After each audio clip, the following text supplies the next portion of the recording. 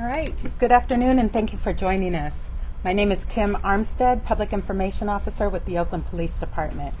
Today, Oakland Mayor Sheng Tao, Oakland Police Interim Assistant Chief Tony Jones, and Oakland Police Acting Captain Heriberto Perez Angeles will specifically be discussing the multiple auto burglary suppression investigations that occurred last Thursday in both East and West Oakland. As a direct result of these investigations, multiple individuals were arrested and multiple firearms were recovered. Without further delay, I'll now turn it over to Captain Perez Angeles, who will provide further details regarding these investigations. Thank you. Good afternoon. I'm Lieutenant Perez Angeles with the Violent Crime Operations Center, also known as the VCOC. Last Thursday, September 28, members of the VCOC, along with ceasefire units, community resource officers, our Criminal Investigation Division, and our Air Support Unit, also known as Argus, conducted an operation with the specific intent to locate and arrest individuals involved in auto burglaries. During the course of our investigation, we encountered 3 incidents. The first incident occurred in the 3300 block of Grant Avenue. Members of the VCOC located 2 individuals actively breaking into a vehicle. The officers, with the coordination of our Air Support Unit, followed these individuals to the 600 block of Potter Street in Berkeley. They attempted to do a traffic enforcement stop on these individuals, however they fled on foot. Our officers quickly apprehended these 2 individuals and arrested them. They were able to recover the loss of the of the auto burglary that had just occurred. The second incident happened in the 100 block of Broadway in Oakland at an underground parking garage at Chaplin Square. Again, officers from the VCOC located 2 individuals inside of a vehicle that was later determined to be stolen. These individuals were actively stealing a catalytic converter from one of the parked vehicles in the garage. Again, our officers attempted to stop these individuals. However, the driver of the vehicle quickly fled in his vehicle.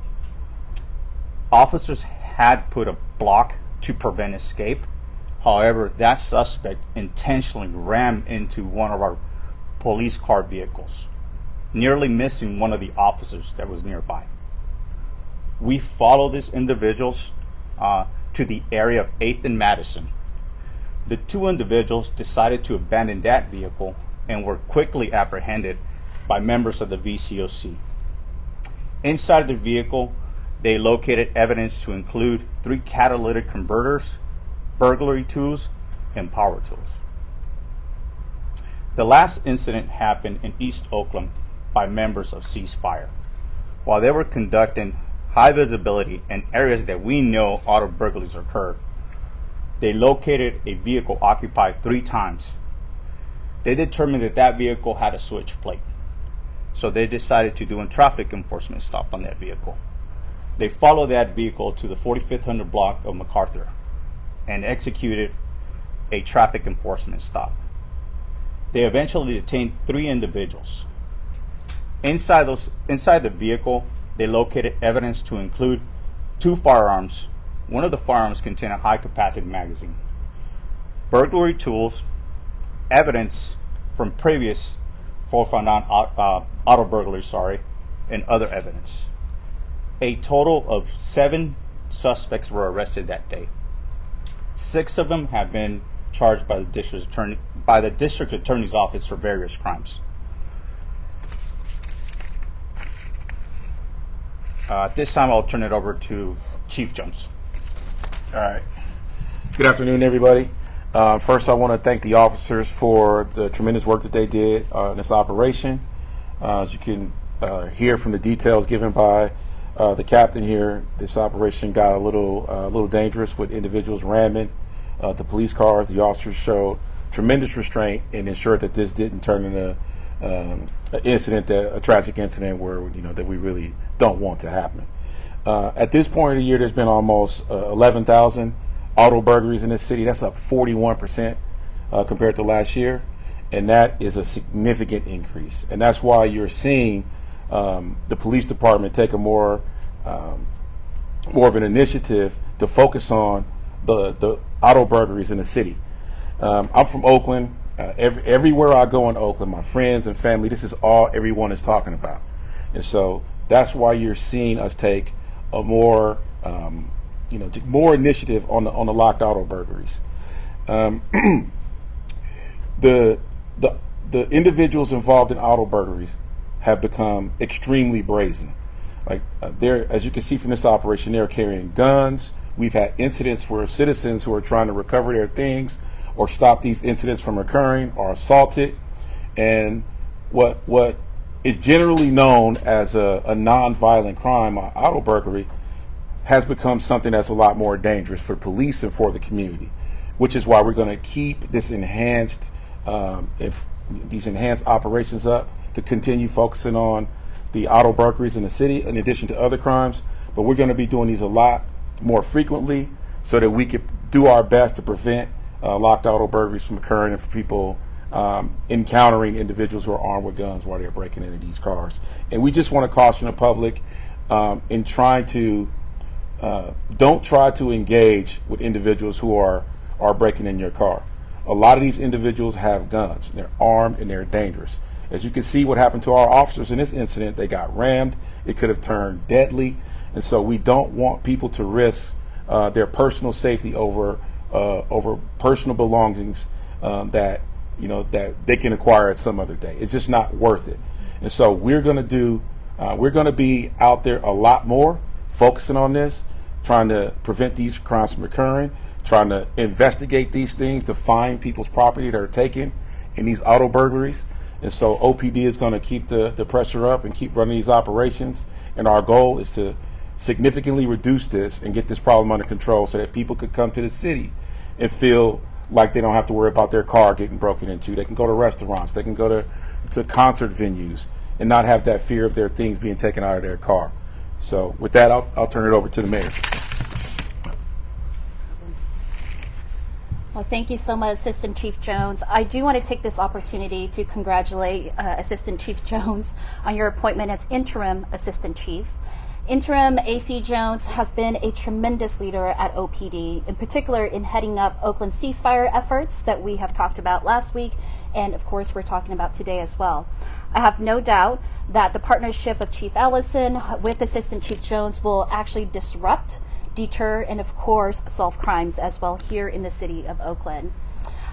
First, I want to thank our hardworking OPD officers for their dedication to this already, to make sure that our community stays safe, right? You heard from this encounter that this work is dangerous. And our OPD officers have been hard at work in the community, and we appreciate their continued efforts to keep us all safe. So thank you all so much.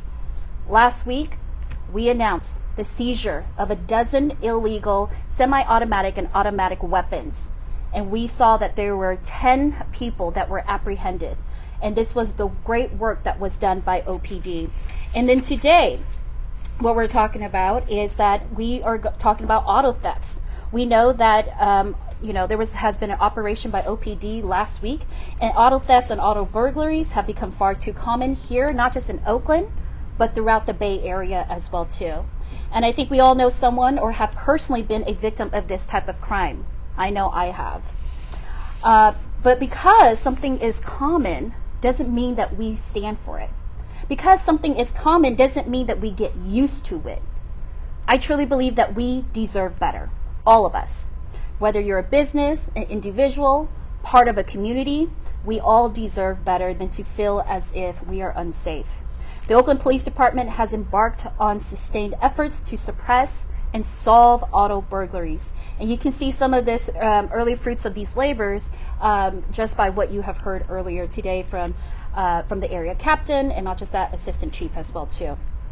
Chief Allison and Assistant Chief Jones and I are in total agreement when we say that we must and that we will do more to hold accountable those individuals behind these crimes. Again, these crimes they're just not acts of crimes that doesn't harm anybody. this is harming our community at large, our neighbors, our aunts, our uncles, our grandmas, our grandpas, our kids. And so we take this very seriously. And I know how difficult cases are to solve. And I want to acknowledge the diligent work of OPD investigators in identifying and then apprehending this group of auto burglary suspects. As you heard, it was here in downtown East Oakland, and we're not going to let up. These auto burglaries are often a part of a larger regional and statewide fencing ring, and so it's important that we continue to do the work with the state and all of the Bay Area public safety partners to truly dismantle these criminal enterprises, because that's exactly what they are. And we have and are taking steps to put more officers on our streets. We have funded 6 police academies in the current budget, when usually it's 4 police academies.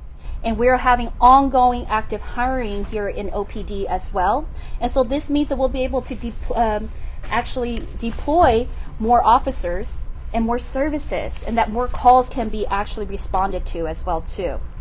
And of course, we've reinstated our foot patrol officers. In the beginning of the year, we reinstated 6 officers, but now we've doubled that. We doubled that so that now there's 12 foot patrol officers citywide. And of course, this is going to help with deterrence, and not just that, but really work with community to build trust, not just trust, but work with businesses so that they can actually have a point person to call when they are experiencing crimes, if any. These efforts will also help us in deterring and solving crimes, of course, as we are working to build that trust with community. And as a city, we will work hard. We'll work together, and we'll work with the community to identify and then apprehend those responsible for these crimes, these kinds of crimes, and other crimes as well too. As you've heard, it's no longer just an auto burglary. It's more than that. It's become more dangerous. And so again, I want to reiterate that if you run upon somebody who's actually burglarizing a vehicle or your vehicle, please call 911 and stay away from that situation. The City of Oakland is 100% committed to making our city safer. Our officers are hard at work. Our violence interrupters are hard at work. And we are standing together. We are standing together, hand in glove, as one Oakland to say we will not stop until we get to a safer Oakland. I do want to also acknowledge that Councilmember Kolb is here as well too. He has been a great partner on the City Council as we're moving forward with a partnership of OPD with technology, and not just that, but a revamping of our ceasefire as well too. And so I do want to thank my colleague on the City Council for making sure that he supports these efforts as well too. And with that being said, I will turn the mic back to the Assistant Chief for any questions. All right. Captain Perez-Angeles and I can answer any questions that you have. Chief, this is Crystal Bailey with KTVU. Mm-hmm. You mentioned not to engage, that these are brazen individuals, Yes, potentially with guns. Many residents have said they've called 911. We know the long wait times exist. What do you say to those people who've lost thousands of dollars in their property? Right, that's the challenge, right? We are aware of the challenges with the 911 system, right? And we are doing everything that we can to get the staffing up in the communications division so that those problems are rectified.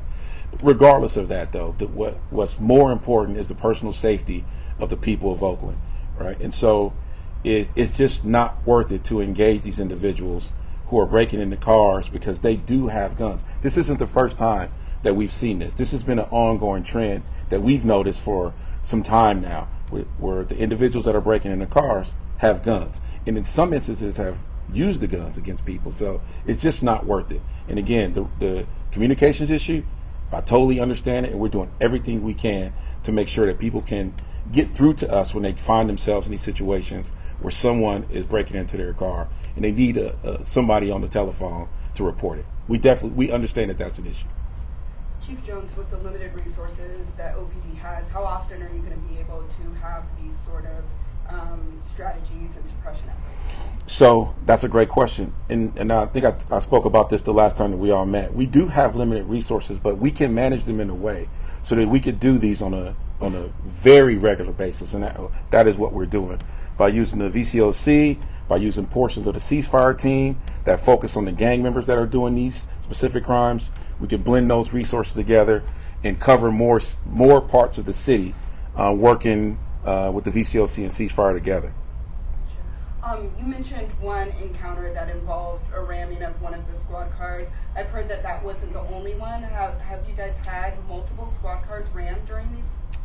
We have experienced an uptick in individuals ramming our police cars in attempts to escape. That is something that we have been dealing with here. And those situations are very dangerous, But we train for that. We've got techniques and tactics to make sure that the officers don't overreact and end up using force that we don't necessarily want them to use. But it is something that we are experiencing, and it's, anytime you get police cars getting taken out, that's definitely not a good thing, in addition to the risk that it poses to the officer and the public. Can you quantify that? How often is this happening? We can get that information to you from Mr. Chambers and make sure that I don't want to just guess and give you some numbers that aren't accurate. We'll make sure that Paul gets that to you. Chief, is there a timeline on the new license plate readers and how they will help in this? So I'm aware that our mayor here secured some funding for that, and I know we're in the process of getting that rolled out, so I'll later talk about it. Yes, I'll answer that. And so right now, I've called up the governor, and we're very gracious to Governor Newsom. He has given the city $1.2 million to actually purchase 300 cameras. These 300 cameras will be citywide. And the cameras will be used to do two different things, mainly. And one of that is, obviously, it can record, and we'll be able to use this as evidence, right? If there is a crime that's being recorded, we can use it as evidence and hand it over to the district attorney's office so that they can be part of evidence and have a higher accessibility rate in regards to charges. Number two is that we'll be able to identify vehicles, right? We understand vehicles are usually stolen when crimes are being committed, but if they are in a pursuit, we can then identify that unique vehicle and then make sure that we are converging upon a apprehension in a safe way. So we're radioing back to the police officers. It can give us time to actually bring Argus up, and that is our helicopter, and so that we can actually apprehend the suspects. And the timeline for that, that's the part. The timeline for that is going to the Privacy Council on Thursday. And so, after the Privacy Council, the City Council will hear it, I'm pretty sure the following week. And then from that point, we move forward. So the earliest we could see the cameras up would be if everybody signs off. If everybody signs off on it, or if the City Council signs off on it and approves it, then we could see the cameras up within a month and a half, because it will be the company that will come and put them up for us. And so it's a really, I believe that it's a really quick opportunity for us to put up some cameras that will be helpful. Not only that we are utilizing these cameras, but Piedmont and San Leandro are also utilizing the cameras. And so we can actually work together in a stronger partnership to really get those who are committing crimes off the street, and of course, get the stolen cars off the streets as well too. Is this the first we're hearing about the money from the governor, or have we heard? Oh no. Let's stick to the topic we're Yes. here for talking about. It's the burglary suppression. It's a burglary suppression. That's what we're here to talk about. Yes, I your have a question. question. I was too far away. Sorry. Okay. Do we know if any of the folks arrested out of the 7 were part of a bigger ring, like you talked about, the big fencing rings? Or is that something we find out later? No, these specific individuals were not. Okay. Were they residents of Oakland? What's that? Were they residents of Oakland? Some were and some were not. We can get, Mr. Chambers can get you a list of everybody that was arrested with all of the information, charges, and everything. One more question. Yes. You talked about your tactics. What about the criminals? They have their own tactics. The cars are stolen. And sometimes they have 5 sets of plates in the trunk that are stolen plates. Can you speak about that? So we are aware of that, and the individuals that are involved in these crimes are always going to try to stay a step ahead of the police, and we know that, and we have to be just as vigilant in how we adapt to the different things that they do. And so we are aware of the plates being switched multiple times. But you can't switch the color of a car. You can't turn a Honda into a Lexus. So if there's a white Honda doing robberies in the city, then the camera system and the eyes of the police officers, that'll be the best chance to push back against, cars, plates being switched and different things like that. Okay, and we have time for 2 last questions. Is there anyone who hasn't asked a question yet that would like to? Okay, Felina, go ahead. We were here last week, and you mentioned, gangs are evolving, right? And Yes. they're you're finding out that a lot of them are responsible for these break-ins. Is that what you found out in this latest operation as well? No, this was not that. Okay. Yes. Is there any video of these chases or these cars being ran? Yes, we do have we have body worn camera footage, and there's some other footage that captured the ramming as well. And we're not releasing it. Yes, but we do. It does exist. Last question. I know you said some of the individuals that were arrested have been charged by the DA. Have all of them been charged? Only one person did not get charged. Okay. Yes. Okay. All right. Thank you all for coming. We appreciate your time. If you have any additional questions, please follow up with someone from OPD Media Team, and we'll be happy to